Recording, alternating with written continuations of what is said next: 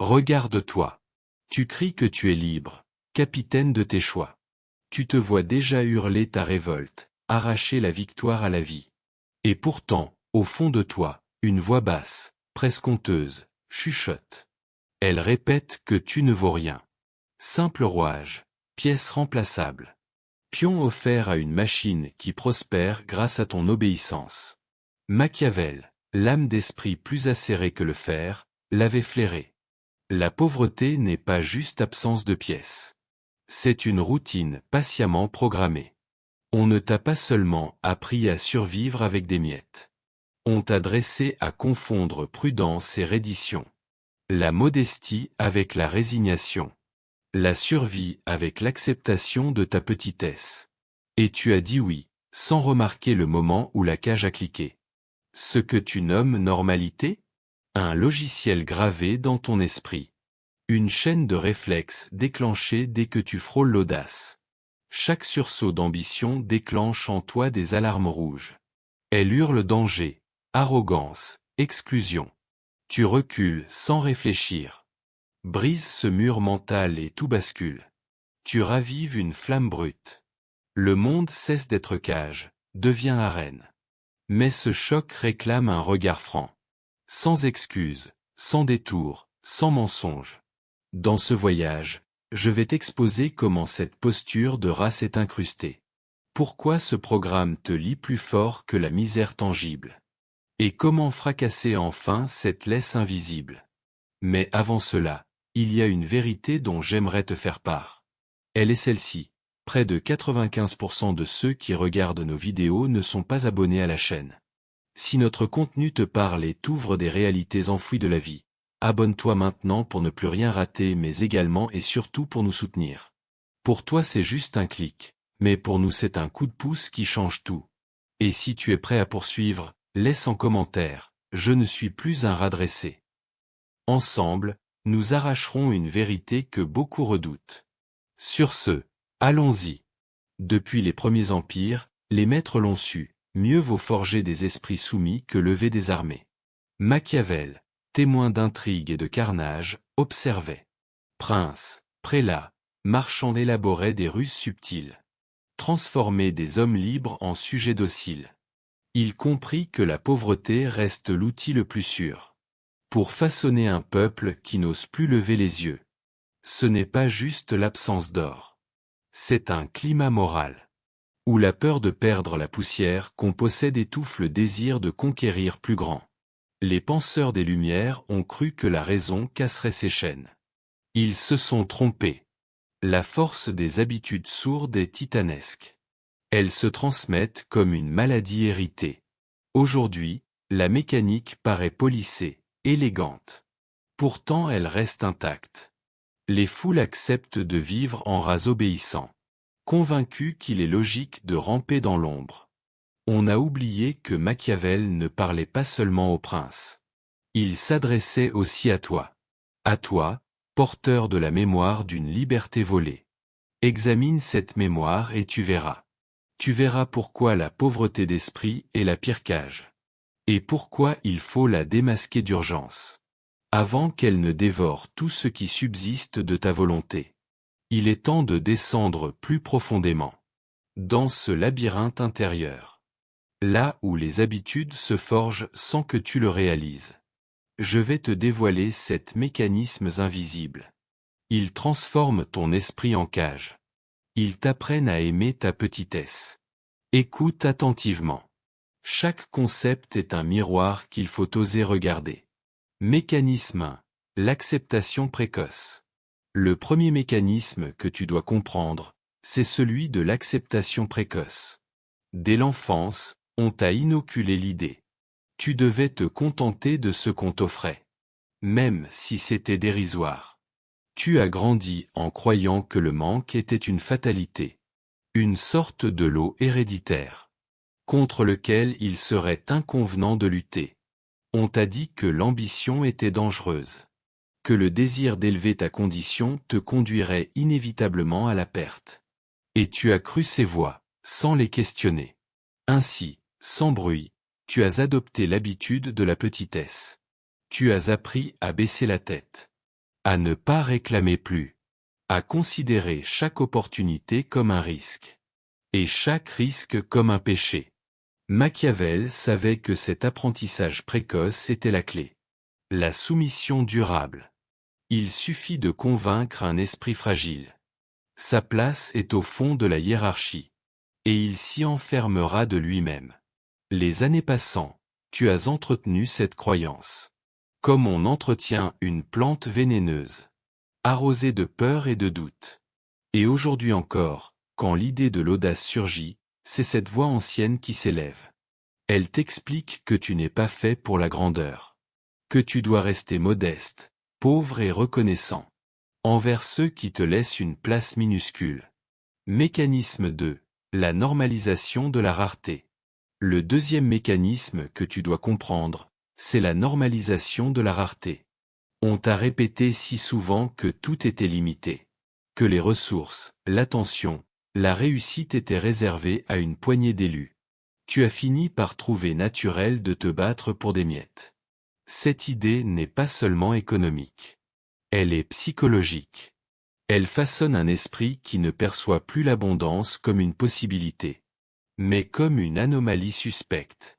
Machiavel aurait souri en observant cette stratégie, car elle est d'une efficacité implacable. Lorsque tu crois que rien n'est suffisant, tu acceptes sans discuter les compromis les plus humiliants. Tu t'inclines devant ceux qui prétendent détenir le pouvoir. De t'accorder un peu plus que le strict minimum. Tu deviens un rat, qui, par peur de tout perdre, se contente d'un quignon de pain. Et plus le temps passe, plus cette rareté intériorisée devient ton seul horizon. Même si un jour on t'ouvre la porte, tu hésiteras à la franchir. Persuadé que dehors il n'y aura rien pour toi. C'est cette normalisation invisible qui empoisonne ton ambition. Elle t'apprend à vénérer les limites. Comme si elles étaient sacrées. Mécanisme 3. L'illusion de la gratitude obligatoire.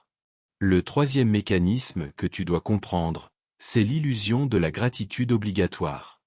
On t'a enseigné que tu devais remercier. Pour chaque faveur, chaque minuscule avantage, chaque signe de reconnaissance. Comme si tu étais incapable de mériter davantage. Cette gratitude forcée est une arme subtile. Elle déguise ta dépendance en vertu. Elle fait passer ta résignation pour une qualité morale. Machiavel avait saisi la puissance de ce leurre. Un homme convaincu qu'il doit toujours dire merci, même quand il reçoit des restes, n'osera jamais exiger le respect. Tu as confondu la gratitude sincère, celle qui naît de l'abondance partagée, avec la servilité qui se nourrit de ton sentiment d'infériorité. Tu as cru qu'il fallait être reconnaissant d'exister à peine. Comme si le simple fait de respirer dans l'ombre des puissants était une faveur qu'on pouvait te retirer. Et cette illusion s'est tellement incrustée en toi. Tu l'as répétée aux autres. Tu as transmis le mensonge. Que la pauvreté est une preuve de modestie. Et que réclamer plus est un manque de respect. Pourtant, derrière cette façade de gratitude, il y avait une peur. Une peur que tu n'as jamais osé nommer. La peur d'être rejeté si tu osais affirmer ta valeur. Et tant que tu ne l'auras pas reconnue, tu continueras de remercier pour ce qui t'appauvrit. Mécanisme 4. La fabrication d'une identité fragile. Le quatrième mécanisme que tu dois comprendre, c'est la fabrication d'une identité fragile. On t'a suggéré que tu n'étais qu'un être vulnérable. Condamné à la prudence. Incapable de supporter les épreuves que traversent ceux qui s'élèvent. Cette idée s'est insinuée dans ton esprit comme un poison lent. Tu as commencé à te définir par tes peurs. À mesurer ta valeur à ta capacité de t'effacer. Machiavel savait que l'identité est le socle de toute conquête. Si l'on réussit à la fragiliser, plus personne n'essaiera jamais de se lever. Tu es devenu cet individu qui se croit trop sensible pour oser. Trop imparfait pour prétendre. Trop petit pour déranger. Chaque fois que tu as songé à changer ta condition, ta mémoire te rappelait. Tes échecs passés. Tes blessures non refermées. Toutes ces preuves supposées de ton incapacité. Et tu as fini par t'enfermer dans une version de toi-même qui ne sait plus comment agir sans permission. Cette identité fragile est le costume que l'on t'a cousu. Un habit étroit qui t'empêche de grandir. Tu t'es peut-être même convaincu qu'il était plus noble d'être humble et discret que puissant et affirmé. Pourtant, derrière cette humilité affichée, il n'y a qu'un renoncement silencieux à toute forme de souveraineté. Tant que tu continueras de croire que tu seras timide, tu n'oseras jamais sortir de la cage qu'on t'a préparée. Mécanisme 5. La glorification de la survie.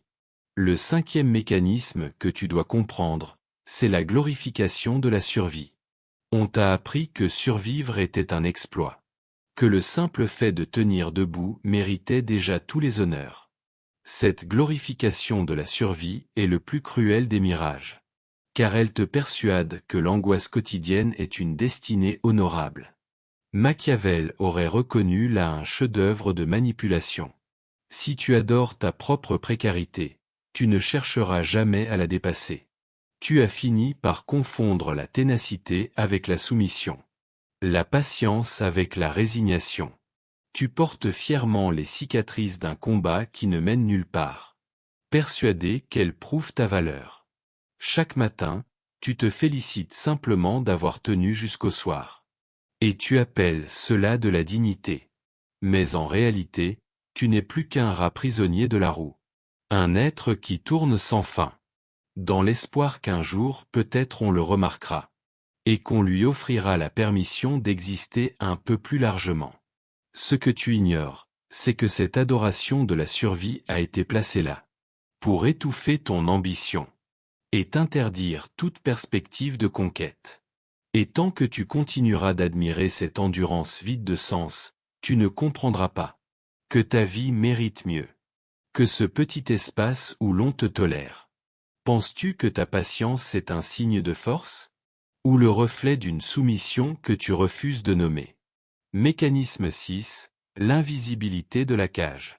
Le 6e mécanisme que tu dois comprendre, c'est l'invisibilité de la cage. Tu crois peut-être que si tu étais vraiment prisonnier, tu verrais les barreaux. Que tu sentirais leur froid contre ta peau. Mais la plus habile des prisons est celle qui ressemble à la liberté. Machiavel savait que le moyen le plus efficace de garder un esprit soumis est de lui faire croire qu'il est déjà libre. Alors on t'a donné quelques choix superficiels. Quelques illusions de mouvement. Tu peux changer de travail, déménager, t'offrir de petites distractions. Tout cela te donne l'impression de contrôler ta destinée. Pourtant, à chaque tentative de t'émanciper vraiment, tu sens cette résistance sourde. Comme un poids qu'on ne peut ni nommer ni repousser. C'est la force invisible de la cage. Un ensemble de croyances qui te retiennent sans chaînes apparentes. Tu finis par accepter l'idée que ton horizon est borné. Que tu dois composer avec ce qui t'est offert. Que ton existence doit se réduire à l'équilibre précaire entre l'effort et la peur de tout perdre. Et pendant que tu détournes les yeux, persuadé que c'est normal, la cage se renforce. S'étend. Devient ton seul univers. Tant que tu n'auras pas reconnu que ta pauvreté et ta docilité sont entretenues par cette prison psychologique, tu continueras de tourner en rond, persuadé d'avancer, alors que tu ne fais que répéter le même cercle. Mécanisme 7. Le culte de l'adaptation. Le 7e mécanisme que tu dois comprendre, c'est le culte de l'adaptation. Tu as été félicité pour ta capacité à t'adapter à tout. À supporter les contraintes. À trouver des excuses à ceux qui te maintiennent dans l'ombre. Cette faculté d'adaptation, qu'on présente comme une qualité suprême, est devenue le prétexte idéal pour t'empêcher de réclamer autre chose. Machiavel aurait observé avec une froide satisfaction comment un esprit persuadé de devoir toujours s'adapter perd peu à peu la force d'imaginer un autre horizon. Tu t'es convaincu qu'il était mature de t'accommoder de la médiocrité.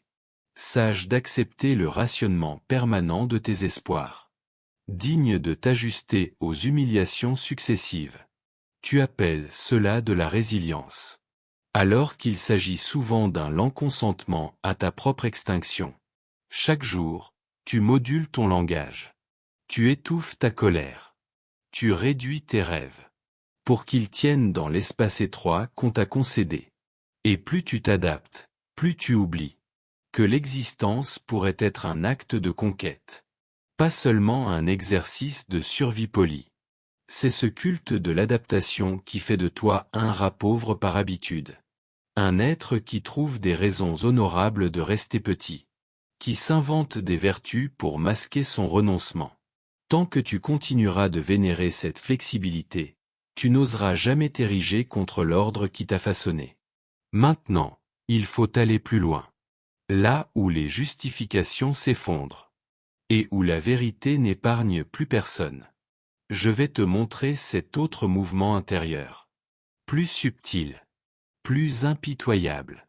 Qui explique pourquoi tu restes fidèle à ta propre cage. Prépare-toi. Ce que tu vas entendre peut déranger. Mouvement intérieur 1. La honte déguisée en humilité. Le premier mouvement intérieur que tu dois reconnaître, c'est la honte déguisée en humilité. Tu affirmes que tu ne cherches pas la richesse. Parce que tu es une âme simple. Parce que tu te contentes de l'essentiel. Parce que tu refuses les compromissions. Mais derrière ces belles raisons se cache souvent une honte ancienne. La honte d'avoir échoué. La honte de ne pas avoir su prendre ta place. La honte de n'être jamais devenu plus que ce qu'on t'avait assigné. Machiavel savait que rien n'enchaîne plus sûrement un être. Que cette honte muette. Celle qu'on n'ose pas confesser. Celle qu'on maquille en vertu. Tu as tellement répété que tu ne voulais rien. Que tu as fini par croire que ton désir était impur. Indigne, dangereux. Et à force d'étouffer cette aspiration, tu l'as transformée en culpabilité. Tu as accepté de t'effacer. Persuadé que c'était le prix de la dignité. Pourtant, si tu observes avec honnêteté, cette humilité dont tu te vantes, tu verras qu'elle ressemble étrangement à un renoncement. Elle est le masque que tu portes. Pour ne pas avouer que tu as peur d'être jugé. Peur de réclamer. Peur de devenir visible. Tant que tu continueras de confondre la honte et la sagesse, tu ne pourras pas t'arracher à la condition que d'autres ont choisie pour toi. Mouvement intérieur 2. La fascination pour tes propres limites. Le deuxième mouvement intérieur que tu dois reconnaître, c'est la fascination pour tes propres limites. Tu dis que tu cherches la liberté. Mais en secret, tu éprouves un soulagement étrange. À savoir que tes frontières sont déjà tracées. Ces limites deviennent des repères rassurants. Elles t'évitent le vertige de l'inconnu.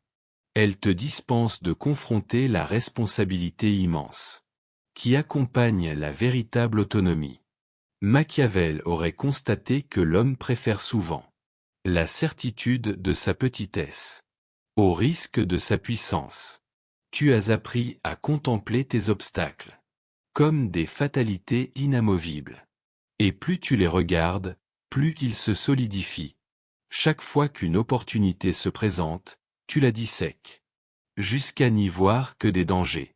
Et tu te félicites ensuite d'avoir été prudent. Tu appelles cela la lucidité.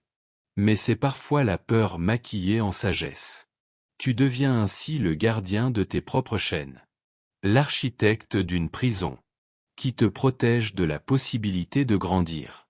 Car si tu acceptais de franchir ces limites, tu n'aurais plus d'excuses. Plus de refuge.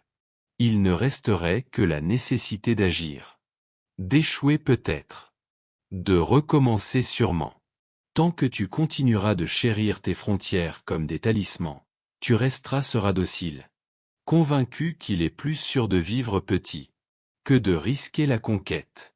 Mouvement intérieur 3. La nostalgie du confort perdu.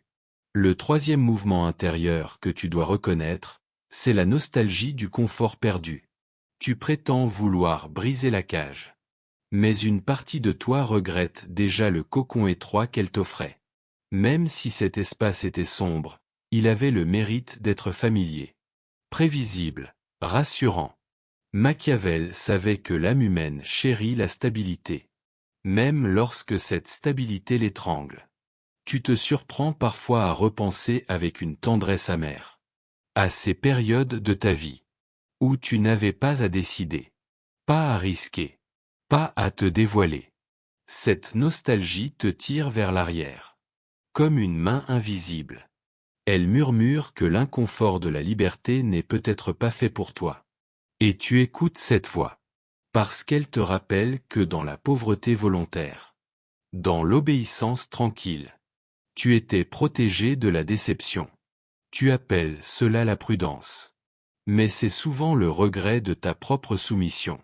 Tu oublies que ce confort apparent avait un prix. L'anesthésie progressive de ton courage. Et l'effacement de ton désir le plus vif. Tant que tu continueras de regarder derrière toi, en espérant retrouver la douceur de ta servitude, tu resteras prisonnier de cette nostalgie. Et tu ne comprendras pas que ce qui t'attend de l'autre côté du seuil n'est pas la terreur, mais la possibilité d'exister sans permission. Mouvement intérieur 4, l'attente de la permission. Le quatrième mouvement intérieur que tu dois reconnaître, c'est l'attente de la permission. Tu prétends vouloir te libérer, changer ta condition, cesser d'être ce rat pauvre que l'on tolère à peine. Mais au fond, tu attends toujours qu'une autorité t'accorde le droit de commencer. Machiavel aurait souri en observant ce paradoxe. Tu cherches la souveraineté tout en mendiant l'approbation. Tu demandes à la société de valider ton audace, à ta famille de bénir ton émancipation, au monde de t'assurer que tu as le droit d'exister autrement. Tu ignores que cette attente est la plus puissante des chaînes.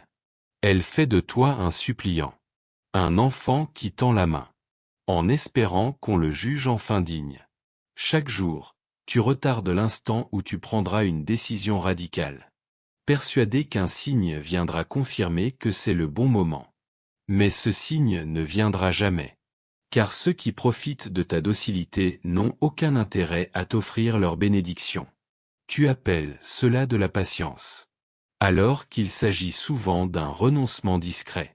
Tu espères que d'autres porteront la responsabilité de ta transformation, que leur consentement te protégera de l'échec. Tant que tu attendras cette permission, tu resteras à la porte de ta propre existence, prisonnier d'un rôle qu'on t'a enseigné, et que tu continues de jouer par habitude. Mouvement intérieur 5, la peur de l'ingratitude. Le cinquième mouvement intérieur que tu dois reconnaître, c'est la peur de l'ingratitude. Tu t'imagines que si tu quittes la cage, si tu cesses de dire merci pour chaque miette, tu trahiras ceux qui t'ont nourri. Même mal, même peu. Cette peur est si subtile qu'elle ressemble à de la loyauté. Tu refuses de remettre en cause l'ordre établi, parce qu'on t'a persuadé qu'il te protégeait. Machiavel savait que l'ingratitude est une arme redoutable. Rien ne dissuade plus efficacement qu'un soupçon de trahison. Tu as grandi avec cette idée, que toute ambition était une forme de mépris, pour ceux qui se contentent de survivre. Tu t'es convaincu que vouloir plus revenait à mépriser tes origines, à cracher sur la patience de ceux qui ont accepté leur sort. Alors tu as préféré rester dans la pénombre, persuadé que tu préserverais ainsi la dignité de ton clan, la mémoire de ta lignée, l'humble fierté de tes ancêtres. Mais tu n'as pas compris que cette fidélité est un piège. Elle perpétue la pauvreté par respect. Elle prolonge la docilité par affection. Tant que tu continueras de confondre l'amour avec l'obligation de rester petit, tu ne pourras pas devenir celui que tu aurais pu être.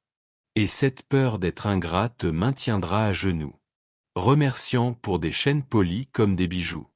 Mouvement intérieur 6. La croyance que le sacrifice est toujours vertueux. Le sixième mouvement intérieur que tu dois reconnaître, c'est la croyance que le sacrifice est toujours vertueux. Tu as appris à te convaincre que plus tu renonces, plus tu es noble, que plus tu t'effaces, plus tu es pur. Machiavel observait avec une lucidité cruelle combien cette idée est utile à ceux qui gouvernent. Il suffit de glorifier le sacrifice pour que chacun consente à sa propre dépossession. Tu te racontes que tu choisis librement cette simplicité, que tu trouves dans la privation une forme d'élévation morale. Mais regarde honnêtement ce que tu ressens. Ce n'est pas de la paix. C'est un soulagement fragile. Une petite fierté qui ne compense jamais l'amertume. Tu portes le sacrifice comme un ornement, persuadé qu'il prouve ta valeur. Et plus tu t'y accroches, plus tu deviens prisonnier de ce récit. Tu t'interdis la prospérité. Parce qu'on t'a appris qu'elle corrompt, qu'elle te détourne de l'essentiel, qu'elle te sépare de ceux qui restent pauvres. Alors tu gardes tes désirs sous clé. Tu marches avec humilité dans un couloir étroit, en répétant que tu n'as besoin de rien. Mais cette abstinence n'est pas la liberté. C'est une autre forme de soumission. Plus subtile, plus respectable, plus difficile à reconnaître. Tant que tu croiras que sacrifier tes rêves est une vertu, tu continueras de vénérer ta propre disparition. Si tu pouvais te libérer sans demander pardon, oserais-tu vraiment franchir le seuil de ta cage? Mouvement intérieur 7. L'attachement à la souffrance. Le 7e mouvement intérieur à reconnaître, c'est ton attachement à la souffrance. Tu la vois comme une preuve d'existence. Tu t'es tellement habitué à la difficulté. Tu finis par craindre ce qui serait trop simple, trop fluide, trop lumineux. Machiavel aurait compris cette perversion. Quand la douleur devient ton identité, la guérison ressemble à une trahison. Tu préfères parfois rester le rat pauvre qui souffre. Car cette souffrance justifie tout. Elle explique tes échecs. Elle console tes regrets. Elle nourrit ta légende intime. Tu dis que tu veux changer. Mais tu sais qu'en quittant ta douleur, tu devras affronter le vide. Ce silence où il faudra inventer un autre récit. Tant que tu restes prisonnier de ton malheur. Tu n'as pas besoin de prendre de risques. Ni de répondre à la question la plus dérangeante. Que ferais-tu de ta liberté si elle t'était enfin donnée? Cette souffrance que tu brandis comme un étendard. C'est parfois le dernier refuge d'un ego qui refuse de mourir. Tu t'es convaincu qu'elle prouve ta profondeur. Qu'elle t'élève au-dessus de la médiocrité des existences sereines. Mais regarde-la pour ce qu'elle est, une habitude ancienne. Un consentement renouvelé. Un obstacle que tu bénis. Parce qu'il t'évite de choisir. Tant que tu chériras ta peine comme une justification, tu continueras d'errer dans cette cage. Persuadé que ton martyre est une destinée sacrée. Maintenant, il ne suffit plus de comprendre. Il faut agir. Je vais partager avec toi cette technique concrète. Elles te permettront d'éprouver ta liberté, d'ébranler les réflexes qui t'enchaînent, et de sortir de la pauvreté programmée. Ces pratiques ne sont pas des recettes rapides. Elles demandent du courage et une volonté nouvelle. Acte 1. L'inventaire des renoncements. Le premier acte pour ta libération? Dresser l'inventaire honnête de tes renoncements. Assieds-toi sans distraction. Écris la liste précise de tout ce que tu as accepté de ne pas poursuivre. Ces projets abandonnés par peur. Ces désirs étouffés pour plaire. Ces ambitions camouflées sous la modestie. Ne maquille rien. Ne cherche pas d'excuses. Regarde chaque renoncement comme un choix. Pas comme une fatalité. Machiavel savait qu'aucune transformation n'est possible. Sans cet aveu brutal. Tant que tu prétendras que tu n'as jamais voulu plus, tu resteras incapable de le réclamer. Cet inventaire est le premier pas vers la fin de ta docilité. Car il brise la croyance commode que tu as toujours été condamné à la petitesse. En le rédigeant, tu vas sentir la morsure de la honte et la brûlure du regret. C'est le signe que tu touches enfin la racine de ton immobilité. Et même si c'est douloureux, sache que cette douleur est plus saine que l'anesthésie qui t'a maintenu tranquille. Car c'est seulement en mesurant ce que tu as sacrifié que tu pourras décider en conscience de ne plus jamais offrir ta liberté comme un tribut. Acte 2. Refuser la langue infantilisante. Le deuxième acte pour ta libération? Refuser la langue qui t'infantilise. Chaque fois que tu parles de toi comme d'un être impuissant, destiné à subir, tu renforces la cage que tu cherches à fuir. Machiavel aurait compris que le langage, c'est l'outil le plus insidieux de la servitude. Il modèle la perception jusqu'à la rendre indiscutable. Commence par écouter attentivement tes mots. Entends-tu ces expressions qui excusent ta passivité? Ces formules qui dévalorisent ta puissance? Quand tu dis que tu n'as pas le choix, que tu n'es pas fait pour autre chose, que tu n'as jamais eu de chance, tu proclames ta soumission comme une vérité sacrée. À partir de maintenant, engage-toi à bannir ces phrases. Remplace-les par un langage plus sobre, plus exigeant, qui décrit la réalité sans la travestir. Tu n'es pas un petit être condamné à la docilité. Tu es un esprit qui a accepté de renoncer. C'est différent. Et c'est plus inconfortable. Mais c'est cet inconfort qui porte en lui la graine de ta libération. Car si tu oses nommer ta condition sans phare, tu découvriras qu'elle n'est pas immuable. Et tu commenceras à réécrire le récit de ta vie, sans demander à personne la permission de le faire. Acte 3. Pratiquer le refus visible. Le troisième acte pour ta libération, pratiquer le refus visible. Choisis un domaine où tu t'es toujours incliné. Un espace de ta vie où tu acceptais sans discuter les conditions imposées. Peut-être dans ton travail, dans ta famille, dans ta manière de consommer ou de t'exprimer. Puis, une fois consciemment, ose dire non. Non à une exigence injuste. Non à une attente qui t'épuise. Non à cette habitude de baisser la tête par peur de déplaire. Machiavel savait que rien ne trouble plus l'ordre établi. Qu'un refus clair. Car il oblige l'autre à te regarder comme un être souverain. Ce premier non sera peut-être maladroit. Il tremblera dans ta voix. Il réveillera d'anciens réflexes de justification. Mais il sera le signe que tu ne consens plus à ta propre soumission. Chaque fois que tu exerces ce refus, même modeste, tu agrandis l'espace intérieur où ta volonté peut respirer. Et peu importe si ton entourage te trouve soudain moins accommodant. Ta loyauté n'est pas envers leurs attentes, mais envers ta dignité. Tant que tu n'auras pas éprouvé le poids libérateur d'un non assumé, tu continueras de croire que l'obéissance est ton unique refuge. Mais un seul refus sincère peut fissurer des années de docilité. Acte 4. S'exposer volontairement à l'inconfort.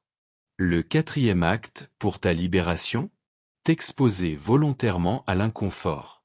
Depuis trop longtemps, tu as fui tout ce qui ébranle tes habitudes. L'incertitude. Le risque de l'échec. Le regard des autres. Machiavel aurait affirmé qu'un esprit trop abrité finit par s'émousser, jusqu'à oublier qu'il possède des armes. Chaque semaine, engage-toi à accomplir une action qui provoque un léger vertige. Postuler à une opportunité que tu crois hors de ta portée. Dire ce que tu penses sans enrober tes mots. Prendre une décision sans demander conseil. Ces gestes ne sont pas spectaculaires. Ils sont modestes. Parfois invisibles. Mais chacun d'eux détisse la toile d'inertie qui te retient prisonnier. Tu découvriras que l'inconfort n'est pas ton ennemi, mais un révélateur.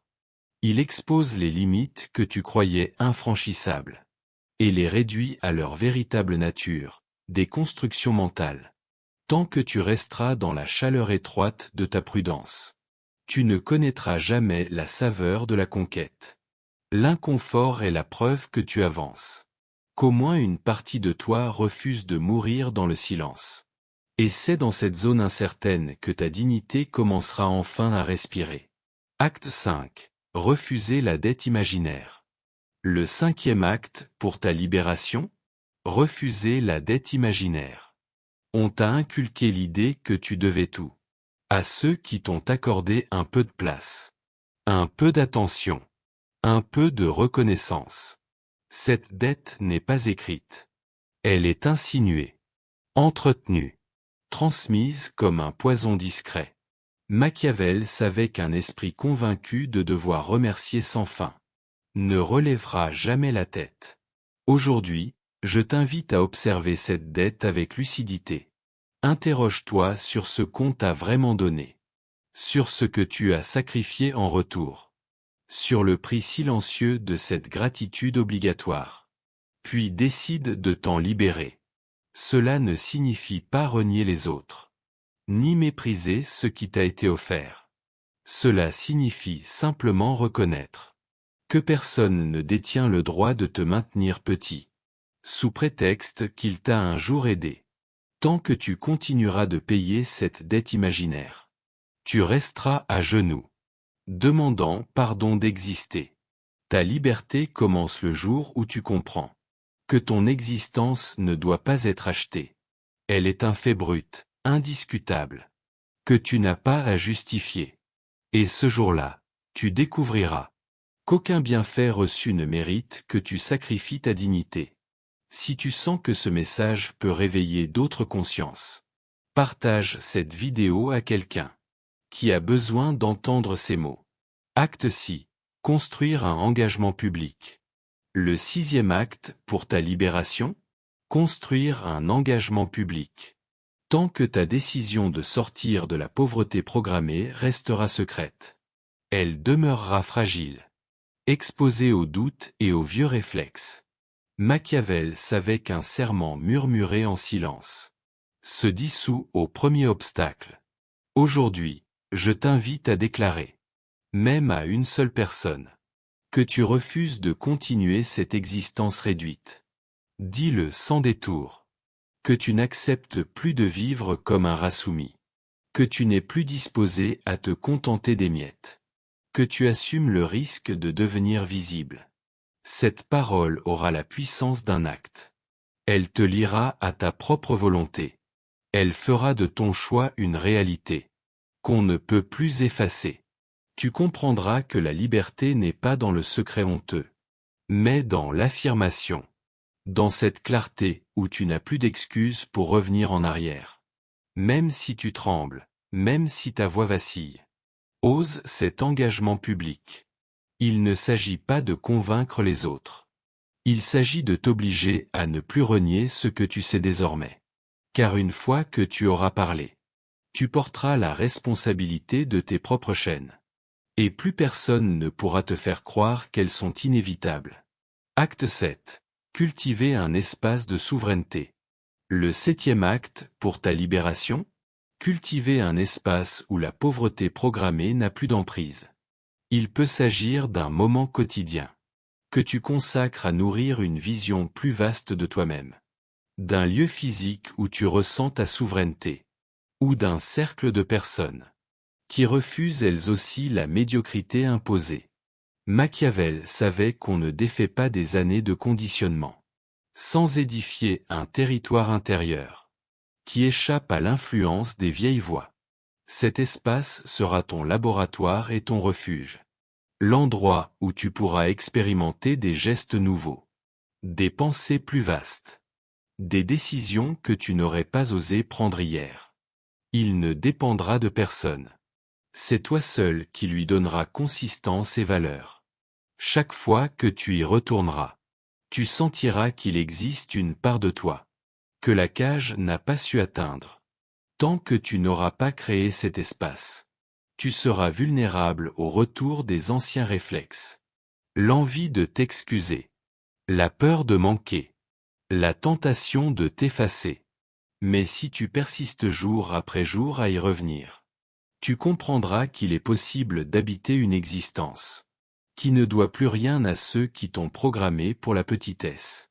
Et c'est là que commencera ta véritable souveraineté. Tu as entendu ces vérités qu'on préfère taire. Tu as regardé sans détourner les yeux ces mécanismes invisibles qui font de toi un rat pauvre par habitude. Et maintenant, tu sais que rien de ce que tu traverses n'est un simple hasard, ni une malédiction inscrite dans ton sang. Machiavel aurait dit que la première victoire d'un esprit lucide est de comprendre la logique qui le gouverne. Car dès que tu vois la trame Dès que tu identifies les fils qui tirent tes gestes et façonnent tes silences, tu redeviens l'auteur possible de ton destin. Il n'y a pas de formule plus simple. Pas de raccourci plus confortable. Il y a seulement cette exigence nue, reconnaître que tu as consenti, parfois sans le savoir, à la cage où tu tournes depuis tant d'années. Ce consentement ne fait pas de toi un lâche, ni un être indigne. Il prouve simplement que tu es humain, que comme tant d'autres, tu as choisi la sécurité du connu, la chaleur trompeuse du petit territoire qu'on t'a octroyé. Mais il vient un moment où l'on cesse d'appeler cette sécurité un refuge, et où l'on ose la nommer pour ce qu'elle est, une lente extinction. Aujourd'hui, tu es au seuil de ce moment. Tu peux refermer cette page, ranger ces paroles dans un coin de ta mémoire, et recommencer à faire semblant. Tu peux sourire poliment à ceux qui te disent que tu es courageux d'avoir écouté jusqu'au bout, puis t'excuser d'avoir espéré autre chose. Ou tu peux décider qu'il n'y aura plus de retour. Décider qu'à partir de maintenant, chaque pensée qui te rappellera la petitesse sera accueillie comme un ennemi. Chaque mot d'excuse, chaque remerciement inutile, chaque frisson de honte sera l'occasion d'un refus. Il ne s'agit pas de devenir brutal, ni d'adopter un masque d'arrogance. Il s'agit de retirer ta complicité à ce système qui prospère sur ta docilité. Il s'agit de cesser de mendier des permissions, de renoncer à la consolation des justifications, de regarder en face la nudité de ta responsabilité. Peut-être que tu tomberas encore, que certaines habitudes reviendront te saisir dans la fatigue ou la peur. Mais chaque fois que tu te relèveras, tu affaibliras la vieille architecture qui maintenait ta servitude. Et un jour, tu découvriras que ta voix ne tremble plus, que ton regard ne fuit plus, que tu n'as plus besoin de demander pardon d'exister. Ce jour-là, tu comprendras qu'il n'y a pas de libération spectaculaire, seulement un empilement de gestes lucides, de décisions minuscules, de refus accumulés. Et tu verras que c'est suffisant, car la souveraineté ne naît pas dans les éclats visibles. Elle se forge dans l'obscurité, à l'endroit précis où tu choisis de ne plus trahir celui que tu aurais pu être. Avant de nous quitter, je t'invite à une dernière réflexion. Si tu savais qu'il ne te reste qu'un seul acte pour affirmer ta dignité, que ferais-tu? Quelles paroles oserais-tu prononcer? Quelle cage refuserais-tu de réintégrer? Si ces questions t'ébranlent, c'est qu'elles sont vivantes en toi. Ne les étouffe pas. Laisse-les grandir. Te déranger. Te déraciner. Si tu sens que cette exploration a ouvert quelque chose, ne repars pas seul. Abonne-toi pour continuer ce chemin de lucidité et de conquête. Commente cette vidéo avec la phrase « Je ne serai plus jamais manipulé » et partage-la à quelqu'un qui mérite de se rappeler qu'il n'est pas né pour ramper. Car la seule fidélité qui vaille, c'est celle que tu dois à ta propre grandeur.